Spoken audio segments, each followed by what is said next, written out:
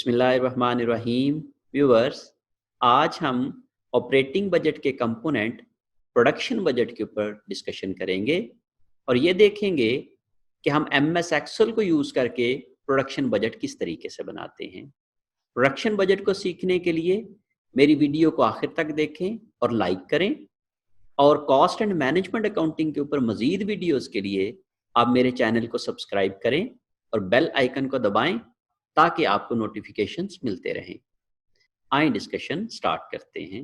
अब इन्हीं तमाम टेबल को बनाने के लिए हम एक्सेल का इस्तेमाल करेंगे और एक्सेल को कैसे यूज करेंगे ये हम सीखने की कोशिश करते हैं। जब हम एक्सेल को इस्तेमाल करेंगे तो उसी तरीके से हम ऊपर हेडिंग्स देंगे टेबल की और क्वार्टर वाइज उसके जो है वो कॉलम बना लेंगे और प्लस उसके साथ जो है वो हमने ईयरली कॉलम भी बनाना है। अच्छा जी, अब ये तो चूंकि हमारी इस एग्जाम्पल में सिर्फ एक प्रोडक्ट है, लेकिन अगर एक से ज्यादा प्रोडक्ट हूं कंपनी के पास तो आप हर एक प्रोडक्ट का अलग अलग बजट बना सकते हैं। एक अलग से टेबल जैसे मैंने इस पहले प्रोडक्ट का बनाया है, इसी तरीके से मैं सेकंड प्रोडक्ट का भी अलग से टेबल बना सकता हूं, थर्ड प्रोडक्ट का भी अलग से टेबल बना सकता हूं, या इन तमाम प्रोडक्ट्स को एक ही टेबल में मर्ज भी कर सकता हूं। जैसे प्रोडक्ट 1 ऊपर लिखा और उसकी क्वार्टर वाइज बना दिया, लेकिन बेहतर अप्रोच ये है कि क्वार्टर्स ऊपर लिखें और नीचे क्वार्टर 1 में प्रोडक्ट 1, प्रोडक्ट 2, प्रोडक्ट 3, इन सब का और फिर टोटल प्रोडक्ट 1, प्रोडक्ट 2, प्रोडक्ट 3, फिर इन सब का और फिर इनका टोटल। इस तरीके से हम लोग जो है वो मल्टीपल प्रोडक्ट्स को भी टेबल में एडजस्ट कर सकते हैं। लेकिन सिंपलिसिटी के लिए चूंकि इनिशियल लेवल है तो इसलिए हम लोगों ने अभी सिर्फ जो है वो एक प्रोडक्ट को लेके काम करने का जो है वो कोशिश की है। सबसे पहले हमें बजटेड यूनिट सेल्स चाहिए। बजटेड यूनिट सेल्स हमें सेल्स बजट से मिलेंगी, तो मैं फिर इसको उसी तरीके से इज इक्वल टू साइन का साइन करूंगा और सेल्स बजट में चला जाऊंगा। सेल्स बजट में मैंने ये 10,000 की फिगर दी हुई है, इसको मैं क्या कर दूंगा, रेफरेंस दे दूंगा। इसी रेफरेंस को मैं फर्दर जो है वो अगले कॉलम्स में कॉपी कर दूंगा और यहां पे इनको सम का जो है वो फॉर्मूला लगाऊंगा तो मेरे पास जो है ये सम आ जाएगा। तो मीन ये वही वाली फिगर्स हैं जो कि मेरे बेसिक डाटा में थी या फिर मेरे जो है वो सेल्स बजट में थी। तो मैं इन दोनों जगहों में से कहीं से भी ये वाली फिगर जो है वो वहां पे रेफरेंस कर सकता हूं, मैं वहां पे कॉपी कर सकता हूं। ये मैंने जब रेफर कर लिया ये वाला डाटा प्रोडक्शन बजट में, अब मुझे ये वाली फिगर चाहिए that is at desired ending inventory of finished goods. अब मेरी ये पॉलिसी है इस क्वेश्चन के मुताबिक कि 20% ऑफ नेक्स्ट क्वार्टर सेल मैंने एंडिंग इन्वेंट्री मेंटेन करनी है। तो मैं इसको इज इक्वल टू साइन दबाऊंगा, अगले क्वार्टर की जो फिगर है उसको सिलेक्ट करूंगा, मल्टीप्लाई बाय कर दूंगा 20%। लेकिन मैंने 20% खुद से नहीं लिखना है, मैंने बेसिक डाटा पे जाना है। बेसिक डाटा की जो इंफॉर्मेशन थी इस शीट के अंदर दे दी थी। तो अब मैं क्या करूंगा कि प्रोडक्शन बजट के ऊपर जो बेसिक डाटा की इंफॉर्मेशन होगी वो मैं यहां से लेके आऊंगा। मैं इसको एंटर करूंगा तो ये मेरे पास 6,000 की फिगर ऑटोमेटिकली कैलकुलेट हो जाएगी। लेट मी रिपीट दिस कि इज इक्वल टू का साइन दबाऊंगा, यहां पे नेक्स्ट क्वार्टर की जो सेल्स मैंने प्लान की है उसको करूंगा, मल्टीप्लाई बाय मैं बेसिक डाटा पे चला जाऊंगा और उसको 20% को वो वहां से लेके इसको कैलकुलेट कर लूंगा। अब चूंकि 20% मैंने हर एक में यूज करना है तो मैं इस 20% वाले सेल के ऊपर चला जाऊंगा, बेसिक डाटा का B11 जो है मैं इस पे जाके इसको F4 दबा दूंगा।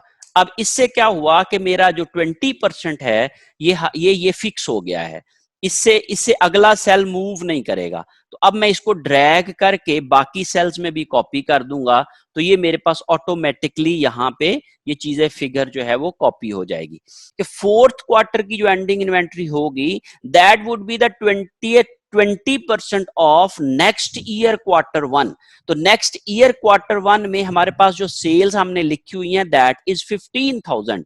ये जब जो मैंने आपको पिछली क्लास में बताया था कि ये दो फिगर्स हमें क्यों चाहिए, तो उसका इस्तेमाल अब आपको यहाँ पे समझ आएगा कि 15,000 का 20% हमें यहाँ पे चूंकि लेना है तो इसलिए हमें इसकी भी सेल जो है वो प्लान करना पड़ेगी, एस्टिमेट करना पड़ेगी, ताकि हम इसकी फिगर को कैलकुलेट कर पाएं। तो यहां पे हम इज इक्वल टू साइन करेंगे और नेक्स्ट क्वार्टर की जो सेल्स होंगी वो यहां पे दी हुई हैं आपको, इसको सिलेक्ट करेंगे और मल्टीप्लाई बाय कर देंगे इसकी जो बेसिक डाटा का 20% जो हमने फिगर ली थी वो वाली फिगर। इससे क्या होगा कि हमारे पास इसकी भी एंडिंग इन्वेंट्री आ जाएगी। और फिर यही चूंकि हमने ईयर एंडिंग इन्वेंट्री भी रखना है, because fourth quarter is ended on 31st दिसंबर और ईयर भी एंडेड ऑन 31st दिसंबर।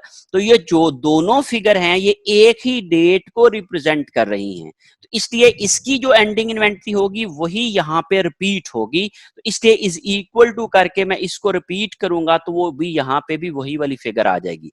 इसको जब हम लोगों ने कर लिया, अब ओपनिंग इन्वेंट्री पे आ जाते हैं, तो that is the given in basic data is equal to, हम बेसिक डाटा में चले जाएंगे और हमारे पास ओपनिंग इन्वेंट्री जो कि बैलेंस शीट से हम हासिल करते हैं ये हमें गिवन होगी, ये हम लोग वहां पे रेफर कर देंगे इसको, रेफरेंस को। उसके बाद यहाँ पे जो 6000 है that is basically opening inventory of second quarter, और जो पिछले क्वार्टर की एंडिंग होगी वही अगले क्वार्टर की ओपनिंग होगी। तो इज इक्वल टू मैं इसको इस सेल के साथ रेफरेंस दे दूंगा तो यहाँ पे ये आ जाएगा। लाइकवाइज मैं इस सेल को इस सेल के साथ रेफरेंस कर दूंगा तो ये आ जाएगी कि थर्ड क्वार्टर की जो ओपनिंग होगी वो सेकंड क्वार्टर की एंडिंग होगी और फोर्थ क्वार्टर की जो ओपनिंग होगी वो थर्ड क्वार्टर की एंडिंग इन्वेंट्री होगी। और इसी तरीके से अगर मैं ईयर एंड की बात करता हूं तो जैसे मैंने यहां पे ईयर एंड के ऊपर आखिरी क्वार्टर की इन्वेंट्री को रिपीट किया है, तो यहां पे ओपनिंग में मैं फर्स्ट क्वार्टर की को रिपीट कर दूंगा। तो इज इक्वल टू यहां पे आप आएंगे तो इसको फर्स्ट क्वार्टर की इन्वेंट्री को यहां पे रिपीट कर देंगे। और अब इसकी कैलकुलेशन के लिए आप करते हैं is equal to this minus this, इन दोनों को आप माइनस करेंगे तो आपके पास ये फिगर आ जाएगी और आप इसको रिपीट करते जाएंगे तो आपके पास टोटल फिगर जो है वो यहाँ पे मेंशन हो जाएंगी। तो अब हमारे पास इस टेबल ने हमें बता दिया कि अब हमारे पास जो है वो ये तमाम चीजें किस तरीके से आएंगी। हमने कहा कि 10,000 हमने सेल्स प्लान की हैं पहले क्वार्टर में, desired ending inventory जो that is 20% of next quarter sales, that is 30,000 का 20% 6,000, इन दोनों को ऐड किया तो ये 16,000 आ गया। ये that is total required।